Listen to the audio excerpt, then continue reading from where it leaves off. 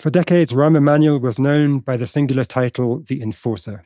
As Bill Clinton's political strategist and Barack Obama's first White House chief of staff, he was the ultimate centrist insider, a man who weaponized pragmatic, middle-of-the-road politics to lock down Democratic majorities. But as the party looks towards this November's midterms and the 2028 presidential cycle, the man who frequently says how much he likes to win is getting loud and getting a policy conversation going to try to steer a Democratic Party that is deeply, deeply divided. So can a blunt-talking centrist rewrite the playbook on economics and global security so his party can win back the American middle? Or will the fractures inside his own party pull him under before the 2028 primaries can begin? Right at the top of our conversation, we're going to ask Rahm for his views on the upcoming midterm elections this year, including the question of whether fair midterm elections can even take place. I'm Rebecca Patterson. And I'm Sebastian Mallaby. Welcome to The Spillover.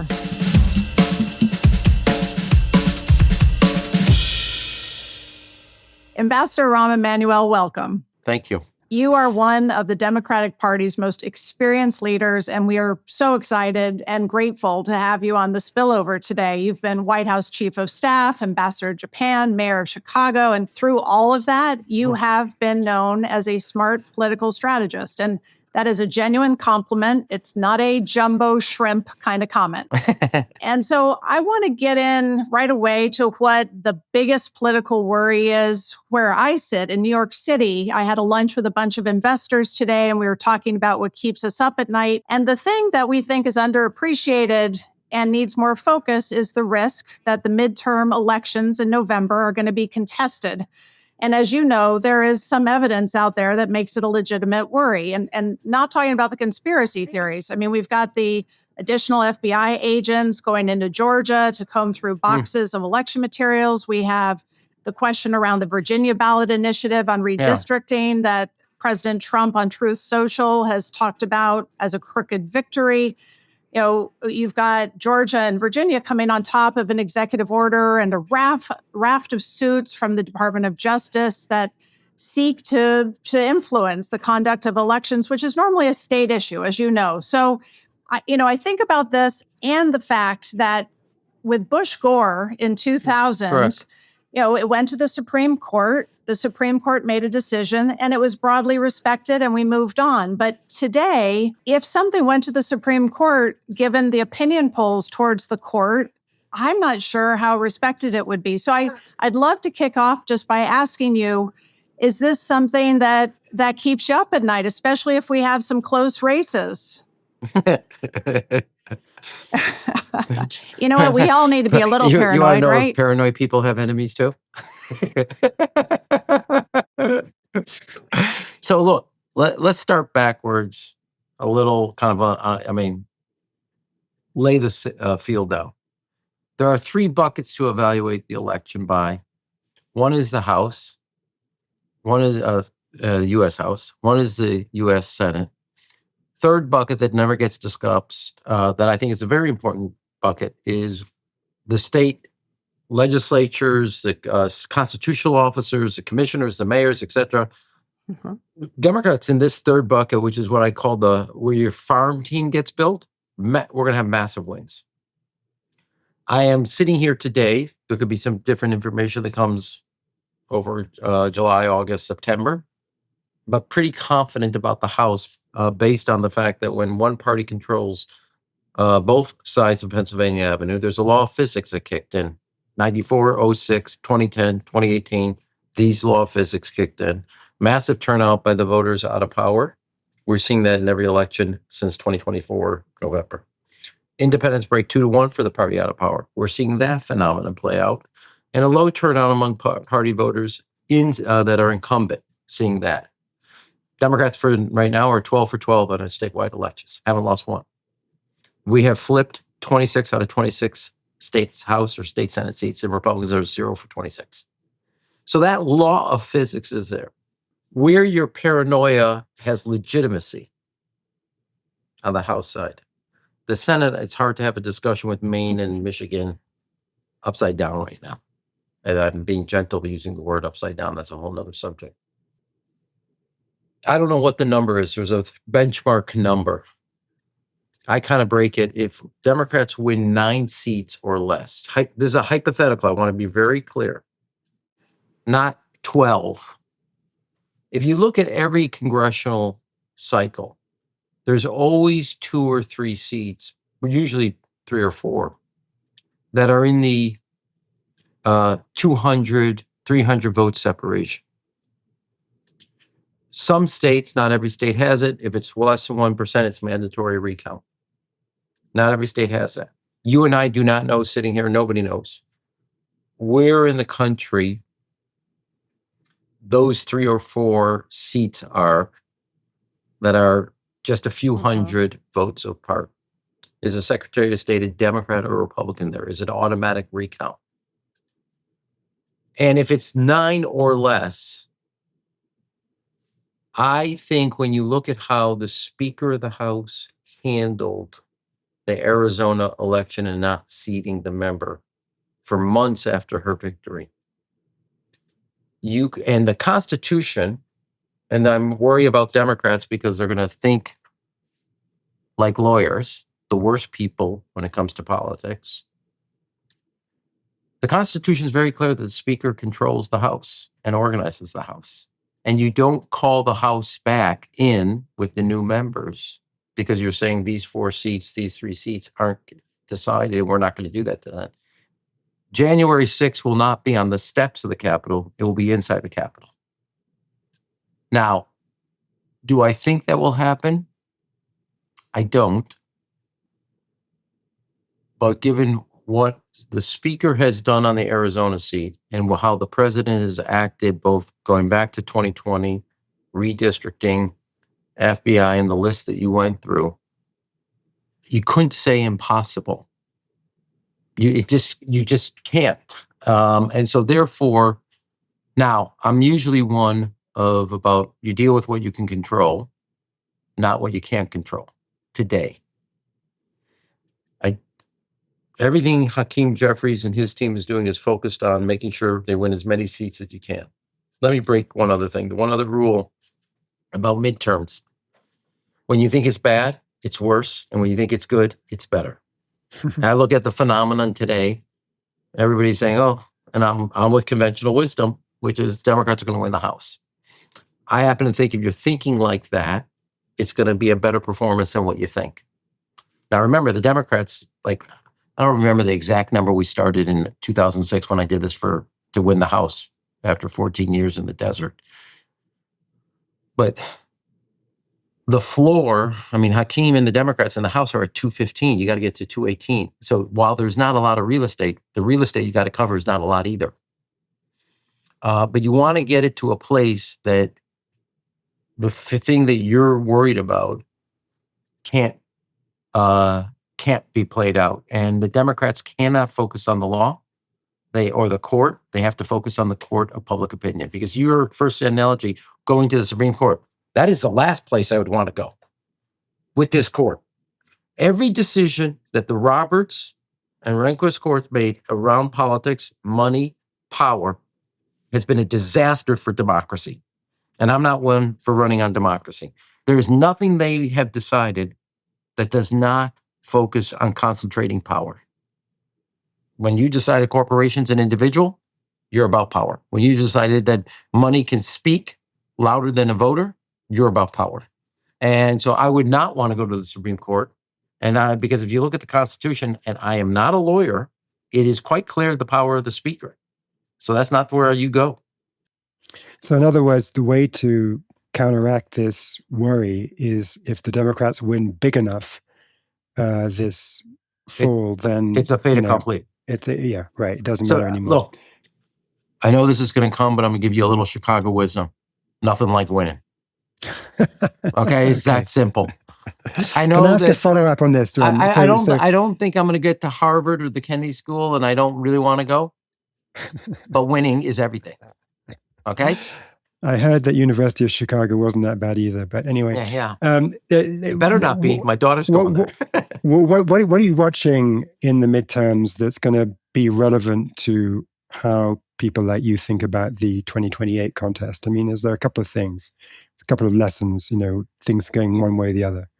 Well, so if you're asking me how do I project into 2028, look, in 2016 and 2020 and 2024, one phenomenon is consistent. 7 states, 500,000 voters spread across those 7 states have decided who's president.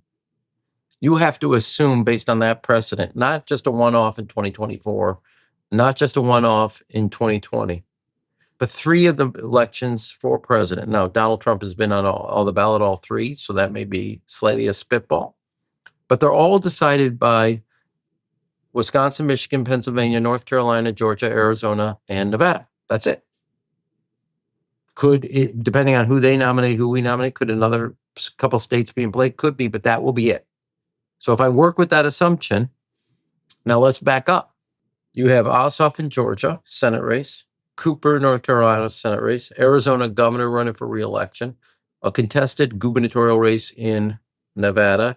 We don't know the primary yet in Wisconsin, but you have a governor's race in Wisconsin, Michigan, and Pennsylvania. And then what happens at the legislative level across those states, meaning in the top 3 of the industrial blue wall. And remember, and this also tells you something not going forward into 2032. It used to be just win those top 3 and it was game. Now you've added Georgia, North Carolina, Nevada, and Arizona. By 2032, it's going to be 10 states. And Democrats got to get focused here. Our ability in these states is getting nearer while there are more states because they're not welcoming. 2, what did we do in the state house? What did we do with the constitutional officer? Take the top 3 industrials. Governor Shapiro is going to win re-election unless some lightning strikes I don't know about. But what happens in the Michigan governor's race, the Wisconsin's governor race, the attorney general race, the secretary of state race? Does the House flip or not? Do we win the governor's race but lose flipping the House? That's where I'm going to be looking around. And then what are the trends like that? Did we pick up? Now, if you stood back and didn't look at 2026, I would say, usually if you're standing back and you're up on the, 10,000 feet and you're looking in, Democrats do X in urban areas, Republicans do Y in rural areas, and then we fight it out in the suburbs. Now, by one example, in Wisconsin, we would have won the Senate race if Milwaukee had turned out like the rest of the state. Same percentage, from a percentage turnout. Milwaukee dropped. That is also true in Detroit. That's also true in Pittsburgh. Urban areas have been dropping in performance. So I'll be, I'm a nerd. I got a degenerative gene and interest, but I'll be looking at all that data and then projecting forward. Some people, then you back out and then you look at themes, you look at the type of candidates, you look at other things. But those are the things that you look at and you kind of dissect it. And there will be, and ready, breaking news, there'll be mixed messages. And if you want to believe X, you're going to look at only things that support X. If you want to believe Y, you're going to only look at things that are Y. Our algorithms will tell us what we want to focus on the day after. No, look, well, I don't want to get into a tangent because I'll start ripping somebody's head off. All right, don't get into a tangent. We don't mind you focused. ripping people's heads off there, just for the record. Well, I will get into that when we get there, but so I'm biting my tongue until we get there, and then I can let it rip. Oh, no. You can rip all you want. And we're all happy nerds together, so this is good. You're in good company. I want to get to some of your kitchen table issues later, because they're something I do a lot of research on, and I think a lot of us care about a lot. But first, I want to hit on foreign policy, because, well, come on, Rahm, you just gave a very high-profile, provocative address at Tel Aviv University, and effectively, you abandoned the standard U.S. posture on Israel. You called Netanyahu a pariah. You essentially declared the truth. Okay, correct me, please. I didn't say Netanyahu was a pariah. I said he's making Israel a pariah. Very big difference. Fair. Very big difference. No, thank you for correcting me. Okay, number 2. Look, I worked in the Obama White House as chief of staff. I confronted in 2009, 18 years before all these Johnny-come-latelys. I told the prime minister to his face, if what you're doing at the West Bank, which I think was a mistake, you're going to lead to the isolation of Israel and perpetual conflict. If there was a prediction Rahm Emanuel wanted to be wrong on, that was it. I didn't do what other people did, is lip sync what they were saying for 18 years. I didn't need a war. I said it, and I didn't say it behind the prime minister's back. I said it to his face, which is why publicly in 2009 he attacked me as a self-loathing Jew. A. B. I was also in the room encouraging the president, which he did, to fund the Iron Dome. I don't think opposing settlements and funding the Iron Dome are in conflict. I actually think they're complementary. One is about the physical security. The other one is also about the political and diplomatic security of Israel. And I happen to believe, a lot of people in what I think America, Democrat, Republican administrations, Congresses, et cetera, have made a mistake, is that there should be no daylight between Israel and the United States. Well, that has engendered, A, the worst, as I said in the speech, the worst habits in Israel. And B, it is actually, there are differences between America's interests and Israel's interests in a lot of places. And the third, I come at this, we have fought 2 wars as a country in that region in 20 years. We have lost 50,000 Americans, either dead or wounded. The future of our country, our kids, $1 trillion plus, close to $2 trillion. We have interests. And I think, and look, when I was ambassador to Japan, China couldn't be happier than when I left, because I said it directly to China, and they attacked me multiple times from the podium. I didn't say it behind the prime minister's back. I didn't need a war in Gaza to know there was going to be a problem. I said it to his face, and I said it in conflict. I don't think what I said about housing the West Bank and funding Iron Dome are in conflict. They're actually complementary policies about the security of an important ally. Lastly, before you ask the question, look, NATO and countries have a plus 57% support in the United States, public. Forget just Democrats, they just do. And Democrats, Republicans in the House and Senate reflect that 57%. I came from Japan, a lot of reasons, including soft power like baseball. Japan's in the 80s in America. And they're our long pole in the Indo-Pacific.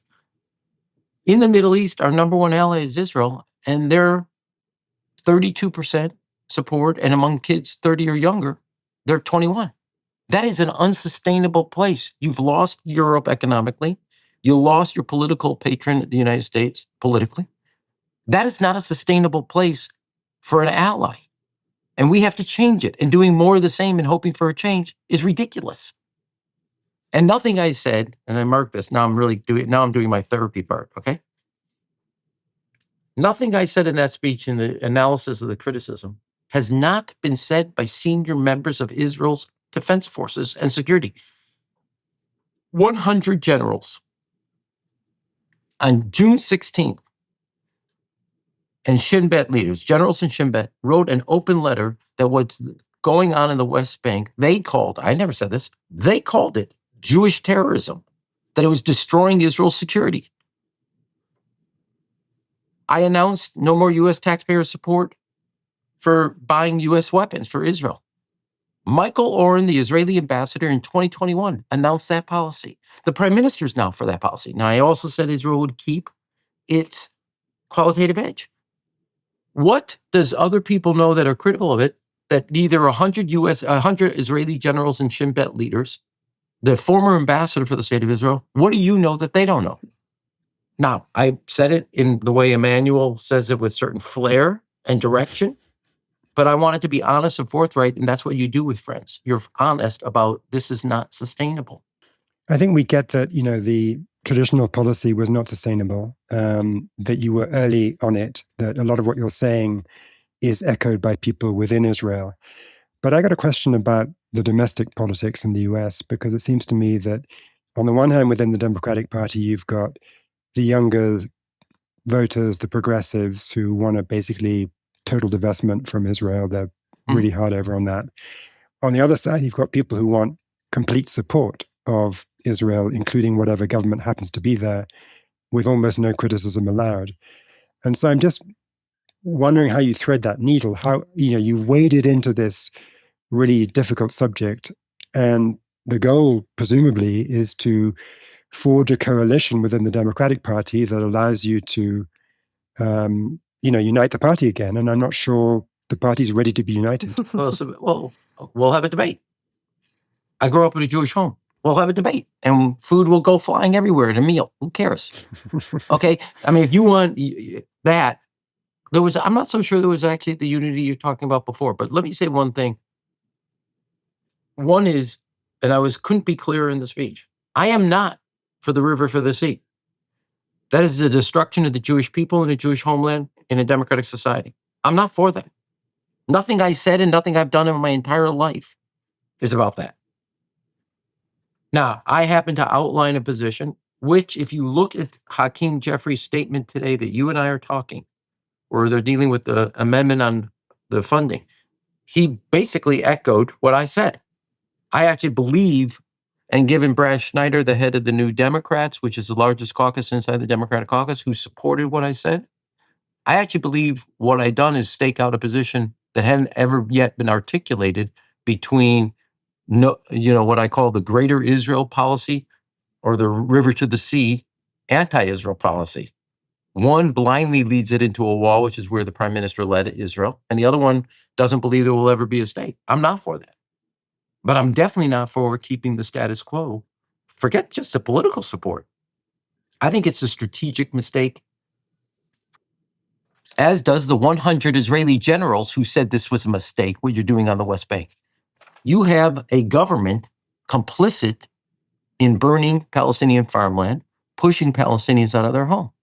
They're not like, oh, who knew it was happening or who knew gambling was happening here in Casablanca. They're actually perpetuating it. And the 100 Israeli generals and Shin Bet members wrote an open letter and said, this is a disaster for Israel. The head of Israel's military on the West Bank said, this is a disaster. I didn't say anything. They called it Jewish terrorism. I didn't even use that term. I look like... By the way, that's a lot of generals for Israel. It's a small country. 100 seems quite a lot. You want me to give you over there? Well, let me say it. Jewish terrorism in Judea-Samaria, strategic security threat. Right here. We'll put it in our show notes for everyone to read. Okay, but no, it's number 2. So they called it Jewish terror. I did not. I said you have a government that's complicit and complacent with burning farmland, kicking Palestinians out, bringing violence to people. And you have a government official who's head of the Israeli police who's facilitating this and not policing it. That is unacceptable to Israel's security, which is what the general said, and it's unacceptable for a country when they can least afford their international isolation to double down on that isolation. Nothing I said is not for Israel's interest or for America's interest. It wasn't just to get them it so I could feel good at the end of the day. It was because I thought it was detrimental to their security. Now, look, I look at this and I look at the policy.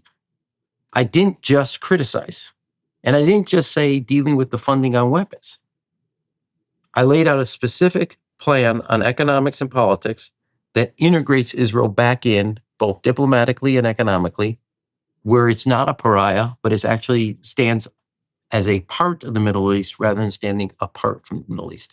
Now, the one thing I know, unlike, and I have no disrespect to both of you, I've practiced politics.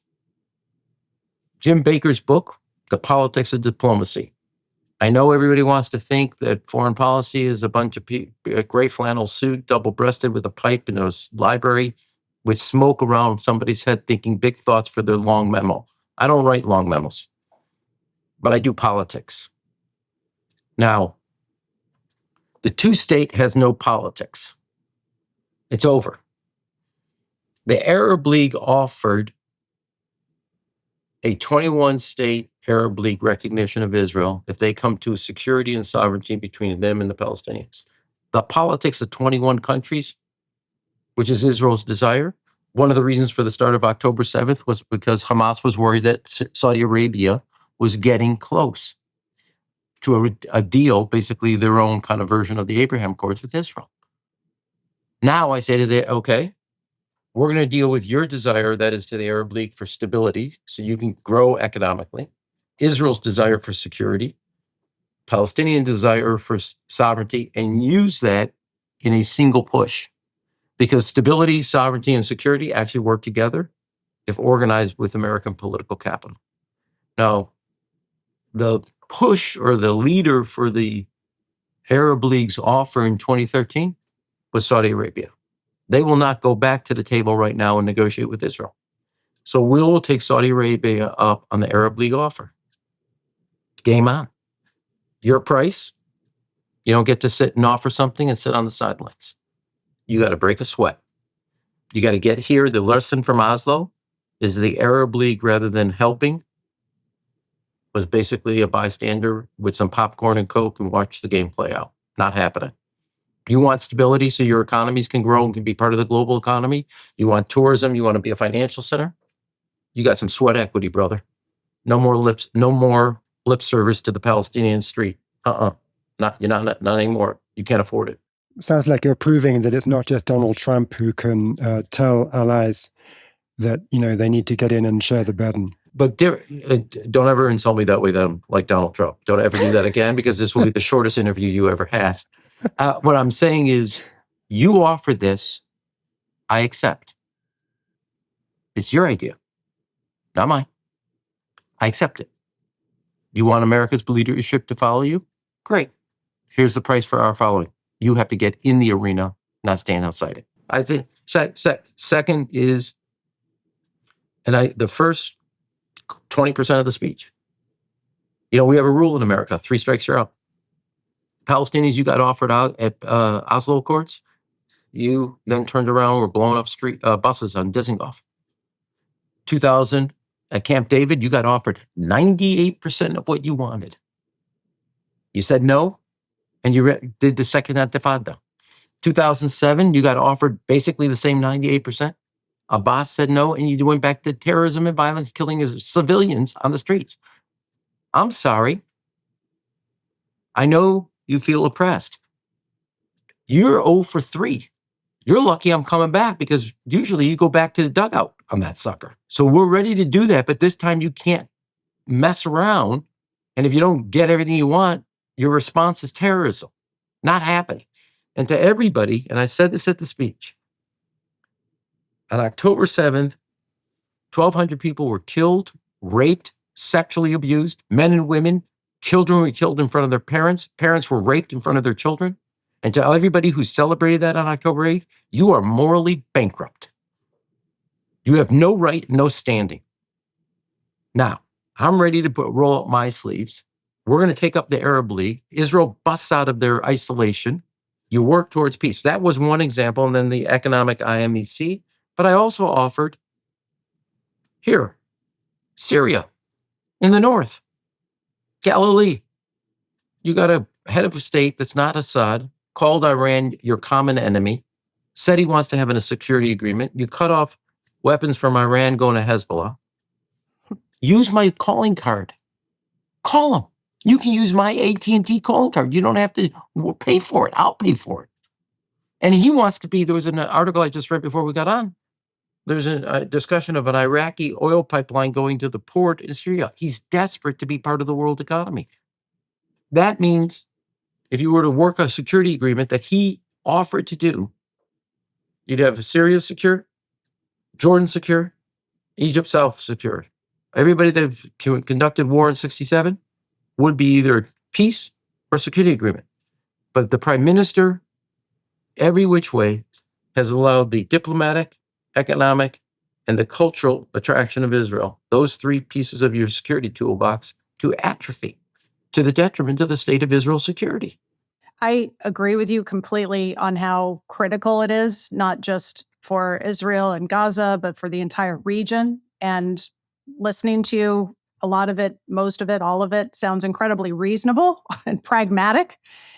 I worry, though, when you pull it back to politics, and you said earlier, I'm a politician, I've practiced politics.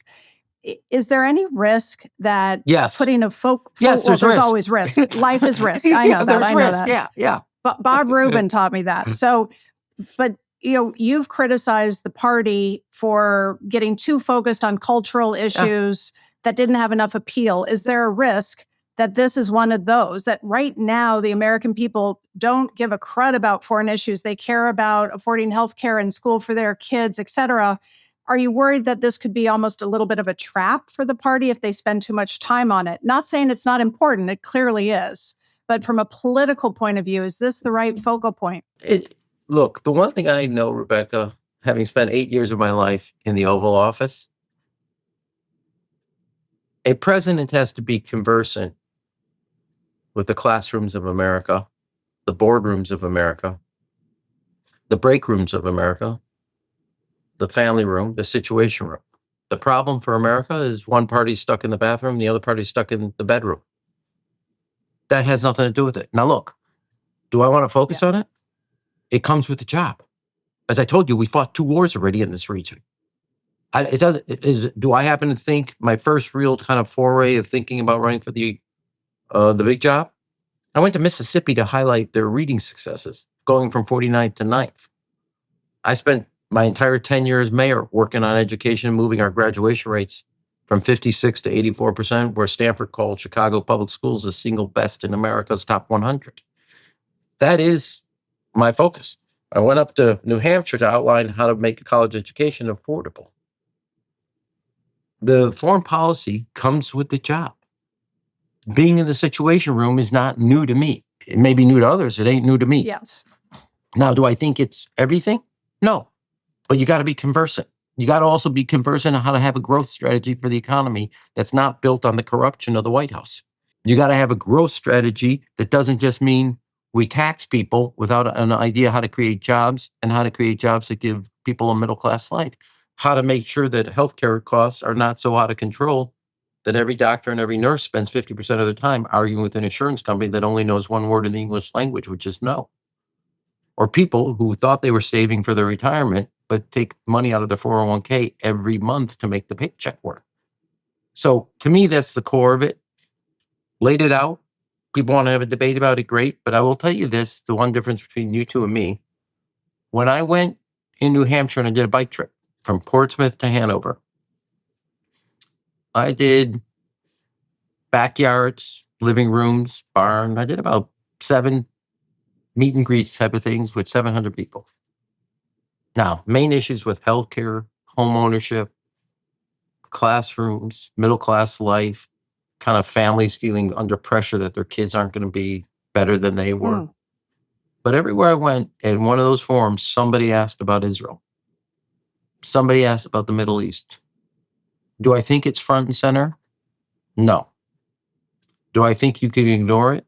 If I decide to do this, I'm not going to ignore it. Look, if you're running for a Democratic nomination, Mississippi ain't on your list of visits. Okay? If you're running for the Democratic nomination, you wouldn't do what I have done schedule-wise. You don't go to Israel.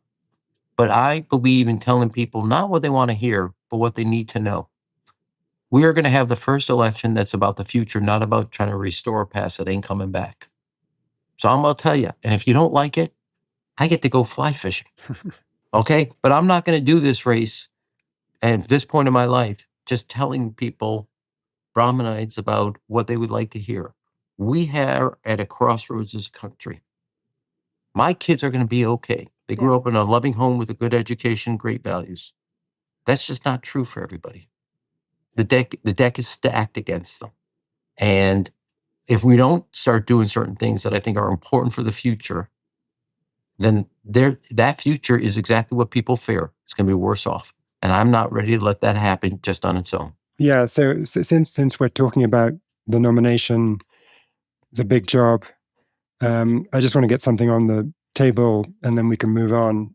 It's the question that I hear people asking about you, or the thing they say when, you make the news yet again with one of your intervention statements, and where's this going, Sebastian? You're probably gonna jump at this one, but anyway, the question is, can a Jewish candidate win the nomination for the Democratic Party? So let me just tell you this. First, I think yes. And my faith is not your problem. The fact that the American people have lost faith in America, that's our problem. That's what we should be working on. Now, if my faith is your problem, don't vote for me. My faith is what guided me to give 10 million kids health care. My faith is what guided me to make sure that we had universal kindergarten, universal pre-K for every child in the city of Chicago. And that community college was the first city to offer free because that's some moral principles and the ethics that I raised with. So I do believe that. Now, the other thing is I got 6 elections to prove it. You don't know Chicago politics. It's pretty ethnic tight. When I ran for Congress, the congressional seat I ran in was known as the Polish seat. Dan Rostenkowski, Romy Paczynski, Frank Annunzio, Rob Blagojevich, Mike Flanagan. I ran against a Polish woman, and it was some ugly things were said about my faith. I got over 50% of the vote in a 5-way race. Rahm Emanuel, there's no hiding it. 2 years later, when I run for mayor, ugly things were done. 5-person race, took 56% of the vote. When I was ambassador to Japan, somebody on our fence sprayed some really ugly Nazi insignia. Next day, some neighbor cleaned it up. I've seen the worst, and I've seen the very best. I've seen people, I don't hide who I am. I don't hide the faith. It's not, I can't do it, nor would I ever do it. It's not worth it.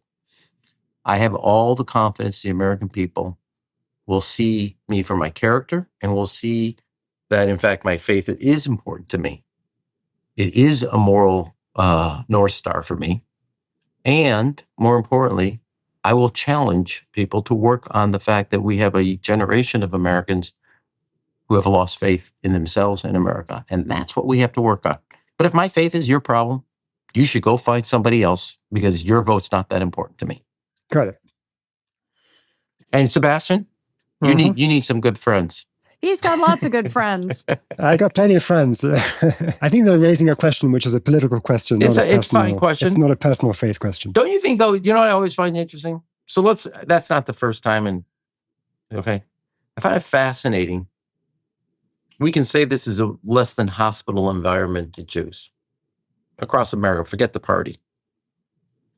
But for the first time, for sure there will be, and we've never had this in either party, you're going to have probably 3 Jews. More than you've ever had in a period of time in which people thought it's less than hospital. Sometimes not everything is just 100% one way. It's fascinating from a political, cultural standpoint. Do you think that the answer that Josh Shapiro or J.B. Pritzker would give is the same as the one you just gave? I don't know. That's for them. We've all operated at different levels. They got to figure out what they're comfortable saying. But I know what I really do believe that somebody's talked about national service. I've laid out a plan for it. My faith is not your issue.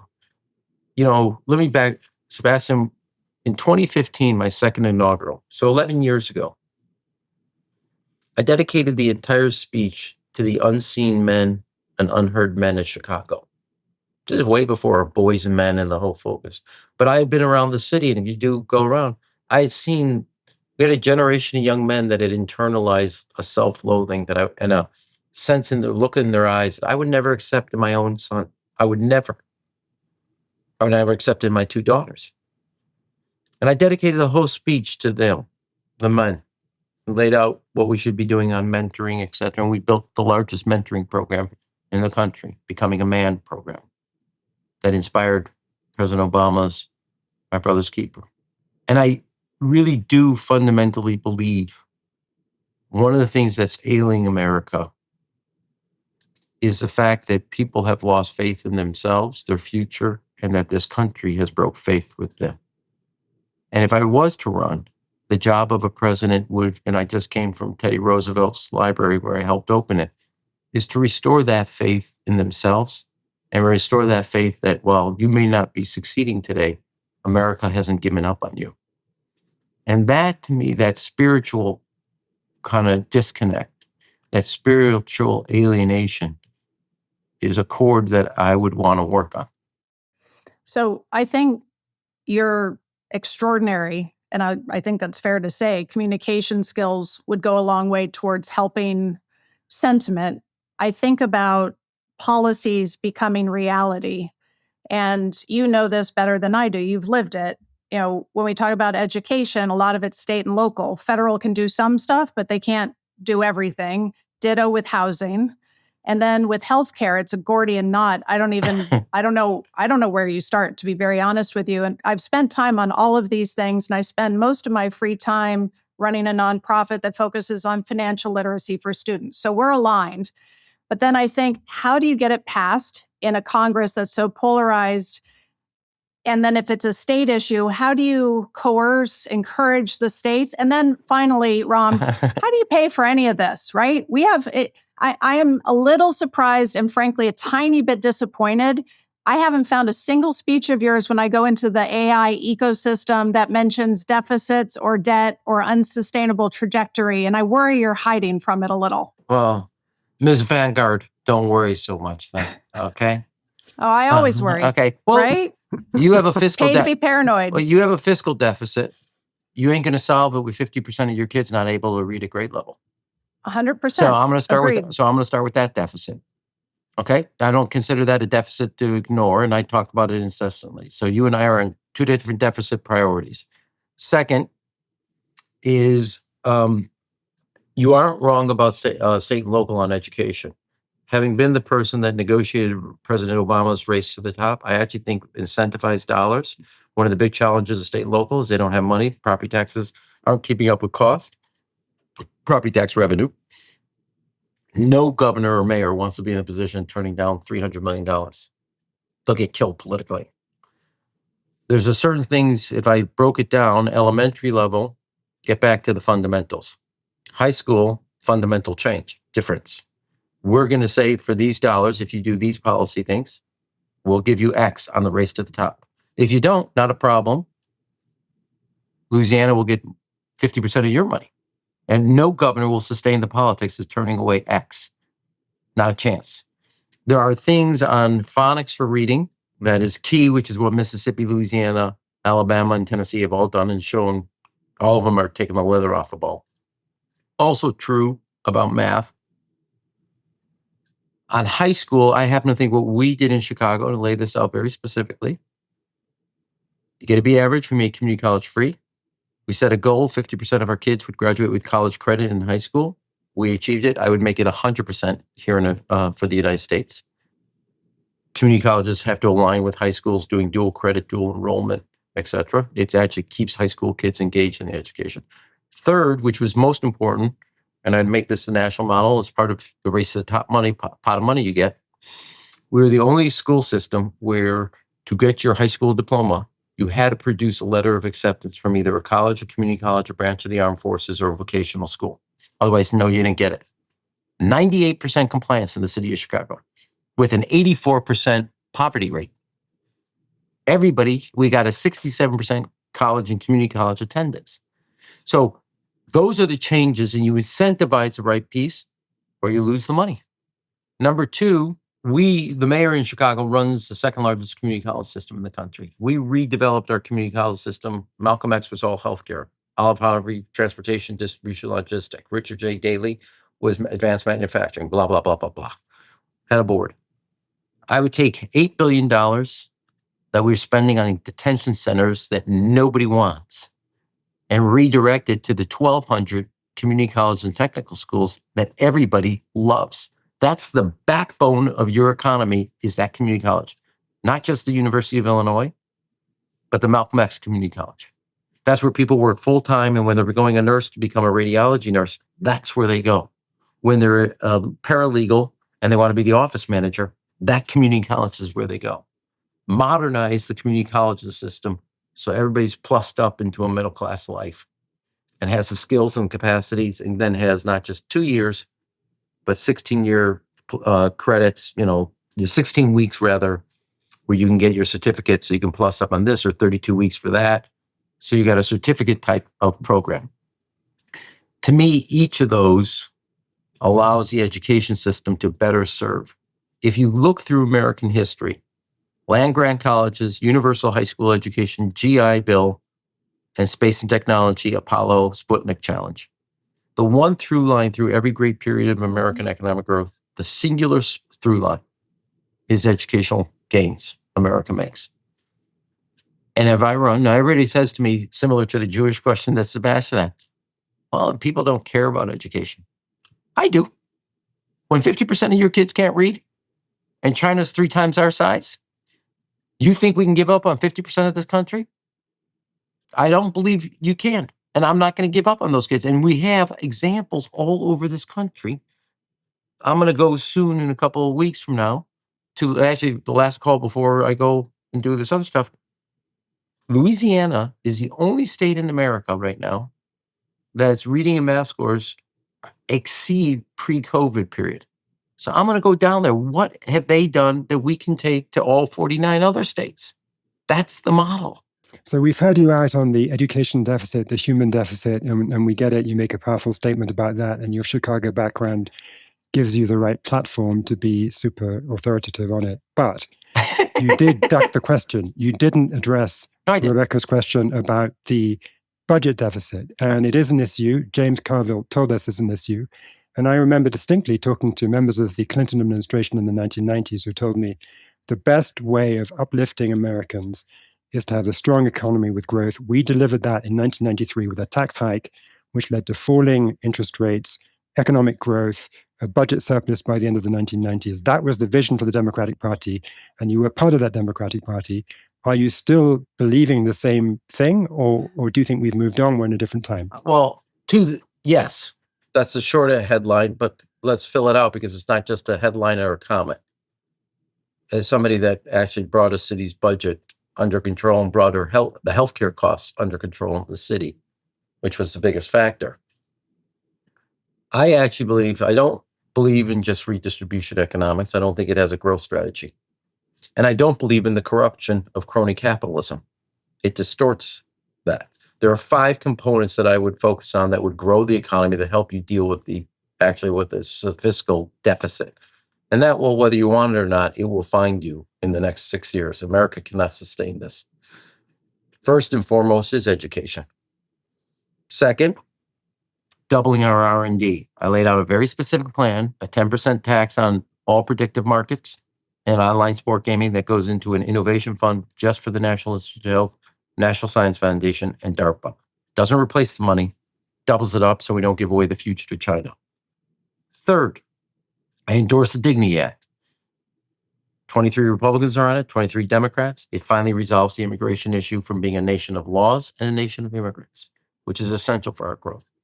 Fourth, I laid out a very specific plan on how to modernize and bring our energy and digital infrastructure to 21st century. Texas does show the way, and that was a whole column I wrote, whether Democrats want to hear it or not. What they've done on renewables, what they've done on battery, what they've done on distribution. They have a lower cost, and their economy is booming. And it's more predictable energy source. Fifth is a tax policy that goes away from what we have, which is a tax policy about preserving wealth, into one that's about creating wealth. And it's going to have tax increases. You're not going to get the fiscal discipline you want without it. But the more important thing is changing the incentive clause of this tax code that is about preserving wealth. I saw a headline the other day, 3 weeks ago, in the Wall Street Journal that nobody paid attention. I was shocked.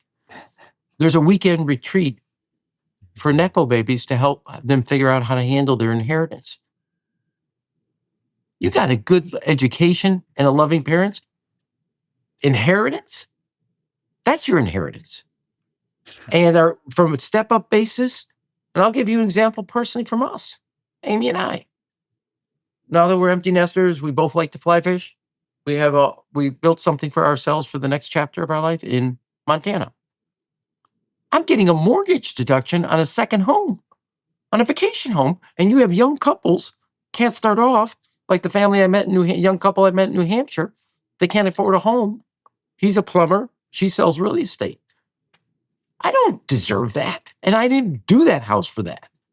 But throughout the tax code is a bunch of games and playing the corners that actually is about preserving wealth. You and I, we all three know people that actually, with their equity, just borrow money against it, never pay any taxes on the debt, pass it on to another generation, and they're not being taxed. And I'm not just doing it for sport. Because we got a fiscal problem. Now, we got also a spending problem. And I'd put a cap overall on the top and no growth over 5 years while we get our revenue right. And that would be, wait a second, before you say bingo, that would also give them, that would give the Federal Reserve the confidence to then finally deal with the interest rates. The trigger if I may be, since I was a student of the 1993 or a participant. George Herbert Walker Bush doesn't get credit for what he did in 1990. That's set up for what President Clinton did in 93. The fiscal discipline and then prioritizing the right type of spending, like on education. And then you had this thing on the internet happening. All Bush's tax cut that cost him his job, Clinton's tax increase, Clinton's fiscal discipline tax increase, and something else magical happening in the private sector called the internet economy. And then opening up to the world, the US economy. That provided the leeway and the confidence for the Fed to act. That those four pieces created the, as I like to say to the left, which part of the peace and prosperity did you hate most in the 90s? Because if you really hate Bill Clinton and his act, was it the 22 million jobs? Was it a shrinking wealth disparity between the rich and the poor for the first time in real terms? Was it the fact that America was a unipower? Which part of peace and prosperity did you hate most? And I'll deal with that. So I understand what has to be done. But the difference between all of us, and I know what you got to do, is, but there's a difference when you're talking about plumbers and pipe fitters and electricians building, a new energy system, kids getting an education, innovation that cures cancer and it keeps America at the forefront of the life sciences cycle. That actually rings a little more than let me tell you how I can do root canal on the deficit.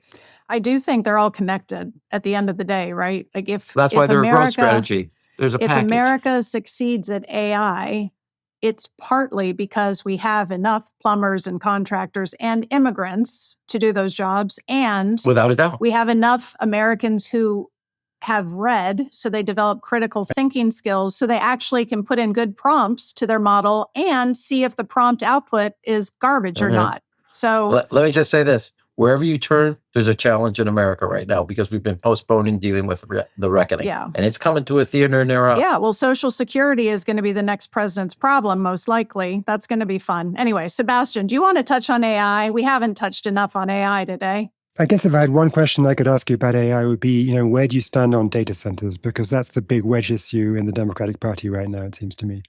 A good Democrat would want the growth from the data centers, but there are issues about the cost of electricity in the community, and so forth. I mean, I think without getting into, I wrote it out in the Wall Street Journal what I would do on energy and modernizing the system.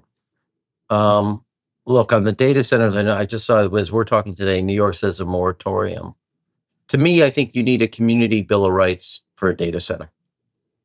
People that are in the area, in the community, that deal with and it comes also with kind of a utilities or a ratepayers bill of rights. Because, and I laid out specifically in this proposal what I thought that the hyperscalers need to pay from both a ratepayer subsidy, other types of things that they would do on training. Look, as one example, I think I used, they're spending $600 billion building out these data centers, maybe even more, for somewhere between $40 to $50 billion investment in both the software and certain software technology. You can get 30% more efficiency out of our distribution system. That would be about $100 billion of saving. That goes right to the ratepayer. And let me say this, for the predictability for the hyperscalers, they would pay that 40 to 50 billion. It's chump change for a $600 billion expense. They spend more money and lost time waiting for approval and then rejection. So to me, those are examples of what I would do. It's not just yes or no on moratorium. There has to be a change because you got ratepayers paying for big users and they need to actually put their shoulder to the wheel to help solve this problem. It's in their interest. And yeah, I mean, maybe I phrased the question a bit loosely. You would agree that it's more complicated than a yes or no. Yeah, of course. But I mean, here's the difficult dilemma, it seems to me. And you just said maybe the answer includes a community bill of rights. Well, if we go back to the book Abundance, published last year, which, was sort of in a way a program for Democratic Party renewal, one of the points it makes, and you referenced Texas a moment ago yourself, is that if you want to build in Houston, there are almost no permitting restrictions, and so they build tons of new housing, and they have a very low homeless rate as a result. If you want to build in Democratic California, you're stuck in kind of community reviews that go on for absolutely ever. You cannot build anything, and then you have a very high homeless rate in San Francisco. One thing is, no, I as it related to this, I mean, I'm trying to avoid repeating my Wall Street Journal op-ed. I'm for a FERC 24-month shot clock. You have to approve or thumbs up or thumbs down. You cannot leave all these new, we literally have doubling our energy production sitting in the queue waiting for approval. That's just unacceptable if you're going to have a modern economy. Now, one of the things we know, look, Australia went hog wild. That's an example. Just went all out on solar. They're paying people today to use energy during the midday because they have so much power. China basically adopted Obama's all the above. Only we decided to abandon a successful strategy that Australia and China in different models is using to go on a one-trick pony. And I'm for natural gas, but it's only one. So I've laid out, get ahead on geothermal. That's a technology that we can dominate on, and that's a promising technology. Get ahead on the next generation battery. Get ahead on SMR nuclear and standardize it so we can actually start producing it in a real way with the 6 or 7 companies. Every one of those would bring more types of diversity of energy on the system, get better efficiency out of the distribution system. The first down payment would be modernizing using better software. You get 30% greater efficiency from existing system and get the regulatory process off its ass. That's a good motto. I like the slogan. We'll buy you a very big billboard. It'll be in a big intersection, and you can put that slogan on. Let me just say this. As I've said before to all, if you ever gone back to the Green New Deal, you know how many times the word ratepayer appears in it? I've Googled it. Yes. It's very hard to communicate to people if you don't talk to people. Okay, number 2, climate change cannot be an existential crisis that you leave in the hands of FERC to regulate. FERC has not approved a new distribution system or transmission system. Minimum is 7 years. It can't be existential if it's 7 years. So we're going to have to create a mandatory, you get 24 months, up or down, get it in or out. And I, as a mayor, doing stuff on mass transit systems and other type of things, dealing with the feds and state, it is a whacked out system that has lost all meaning and purpose and common sense. And I'll give you a classic. But you can, down on the south side of Chicago, near south side of McCormick Place, I was going to build a train station on an empty lot, elevated. We did an environmental review, call it 16, 18 months. Sent it to the state. They did their own environmental review, found certain things, 16, 18 months. Then both of us sent it to the Fed. The Feds come back to us with a set of questions. It was for a train station. It wasn't a bird. There wasn't an oil well we were drilling down on. We spent close to 36 months. I'm doing this by memory. It may have been 28 months. On environmental reviews for a train station that was on an empty lot that was standing above ground. We weren't on some bird passage down from the north to the south or anything. We're a bunch of pigeons. Did the station ever get built? Oh, yeah, it got built. Do I look like a patient? Sometimes these things, they just never get built. Sebastian, do I look like a patient person to you? Does this look like patient to you? Of course it got built. So I asked you a question kind of inviting the contrast between your view, your program, and the 1990s Clintonite Democrats. Let me try a question about the contrast between your program and the Biden Democrats. And, you made a comment in passing, you don't like crony capitalism. I guess that's a reference to the president that we have at the moment. It's not possibly a reference. It is a reference to the corruption of this administration. And I was the first person, when I got back from Japan, I did a thing with Ezra Klein. He wasn't even president yet. He was president-elect. I said, mark my words, corruption is going to be the most important identifying characteristic of this administration. Okay, good. Well, we cleared that up. It's always good to get you ripping another head off because the blood on the floor is what we want to see. But preferably not my blood, but I take that Could too. be. Could be. Could be. But here's the question. So I think, the Biden team clearly wanted to have a kitchen table policy. They framed the whole of foreign policy as a foreign policy for the middle class. And they did their industrial policy, big government spending on chips and so forth. Chips, IRA, infrastructure. Yeah. And the upshot was that folks still voted for the other party at the next election. It didn't seem to move the needle with the independents you need to move. And so, when you talk about education and you talk about fixing the migration system and a whole different agenda, is that because you see that the Biden attempt to use industrial policy didn't work? No. Look, first of all, if I had a critique of the Biden administration, I have some ways about the way they talked about it and the way and also what was in there. I think our party's big mistake, and I've been unambiguous about this, is getting caught in what I call the cultural cul-de-sac. Whether it was defunding the police, Latinx, a budget document that refers to a birthing person rather than a woman. We come out of COVID, we have closed schools much longer than they needed to be, and we were the party of science, and the science was very clear very early on, and it was bull. And when the whole debate wasn't about how we improve reading scores that we knew back 2 years ago were a disaster because of COVID, but it's about bathroom access. Look, when people have their back against the wall, they expect Democrats to show up and help them. And we're off hard charging on bathroom access, who gets to play in what sport, terms that people identify people as Latinx that don't mean other terms that birthing person. I've never heard of this. And I've been upfront about it. And the immigration policy that looked like we went, people breaking news, people like order, not disorder. And our border looked like disorder. And we look like the sponsors of it. Now, you're looking at the guy under President Clinton who put in Operation Gatekeeper in San Diego, Operation Safeguard in Nogales, Arizona. I'm firm about we're going to have a nation of laws. You don't get rewarded for breaking them. And we're also a nation of immigrants that would honor our history.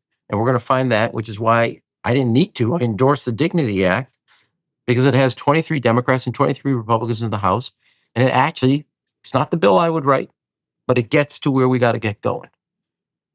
And get this issue behind us and get us moving on to other topics. I'm a firm believer on public safety. You put more police on the street and get kids, guns, and drugs off the street. And you invest in that so we have progress on public safety. I don't think we should run away from cultural issues, but I definitely don't think we should be leading with a bunch of policies that block out everything else because you lose a major constituency. Now, let me be clear about politics. Democrats represent 32% of this country. You want to get to 51? Find common ground with independents who are 48%. Now, you have a bunch of people running around our party today that have zero interest in talking to independents and zero interest in persuading people and I don't know whether they prefer, but sticking around at 31%. I spent my whole life, I've never lost an election. I like to win.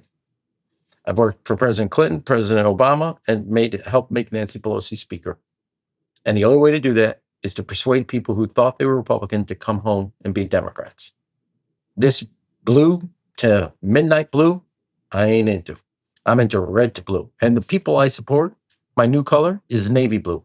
All these Navy women who are running against Republicans, that's my color, navy blue. I think that's a great note to end on. Okay. Rahm, thank you very much. No, it's been a great conversation. Thank you for doing it, Rahm. Not a problem. Enjoyed it. Be good.